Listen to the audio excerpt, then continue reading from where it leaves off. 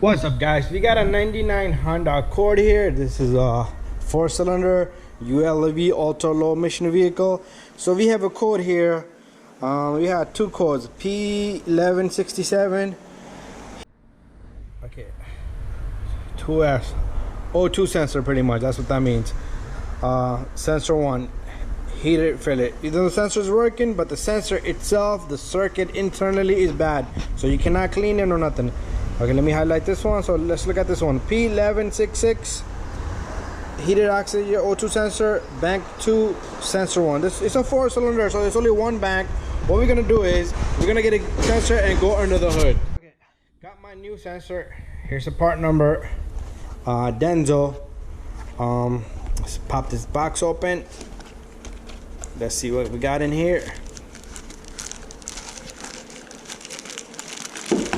Okay, there you go. So there's our sensor, and we're gonna replace this guy. Look like somebody already messed with the sensor, but I'm gonna show you a few things as we go along. I'm gonna get some tools and we're gonna replace the sensor together. Okay, so this is our bank 2 sensor 1. So pretty much it's only one bank. Sensor 1 is here, sensor 2 is in the bottom. So over here you have a little tab here. You're gonna push on this, and this is the type of connector where it's gonna be a little rough for you to take off, but just push on it and just wiggle till it comes out. Okay, it's moving already. So all you do is push on the tab here and it comes out. So this is the tab that you push on, so the click just comes out of the way and then it comes right off. So if your sensor looks, this car is not used too much, so the sensor looks in very good condition. It's not rusted, so it's not corroded. You can use a number 22 socket on this. I'm sorry, not 22 socket, a wrench, gear wrench, or a regular wrench. But I have my special tools, so I'm using this socket. It's a 22 millimeter 7x8 if you need those numbers. So what we're gonna do is, so simply, you see it has a hole right there, it has a gap through it, so the wiring goes right through it. And we're gonna go counterclockwise. And if your sensor looks like jammed, so heat it up with the torch a little bit, but it should fairly come right off. And after that, we're gonna remove this guy. Very easy, okay? Before you put in the sensor, you always wanna match up a sensor, and like this one doesn't look as same as that, so I'll call them up and see what the guy says. Okay, so I did get a new sensor. There's a part number. This is a new sensor, Denso, same brand. This is what the sensor look like. You see, check out the holes. It's the same thing with the old and new. Anyway, so we're gonna take this anti-seize, so put a tiny bit all around the sensor itself. On the threads, don't put it on the, I don't mean like sensor itself is here. Okay, just turn sides. Okay, and then you want to take the sensor, you want to catch all the threads and snug it as much as you can, and just keep rolling these wires as you go.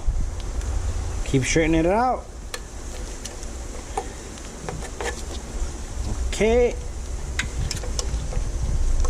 and what we want to do next is, I got my torque wrench here and it's set to 32 foot-pound. You can tighten it by hand, but if you have a torque wrench, if you can invest into a torque wrench, just get a torque wrench and tighten this guy to 32 foot-pound. So my wrench is not, I will not torque it in that angle. So let me take this sensor off this. I want this thing to be as straight as possible. Oh. Let's go again.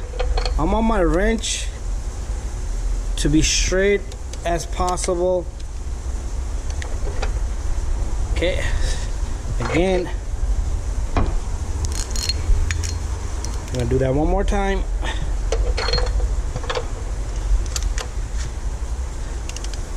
Alright, this one should take care of it.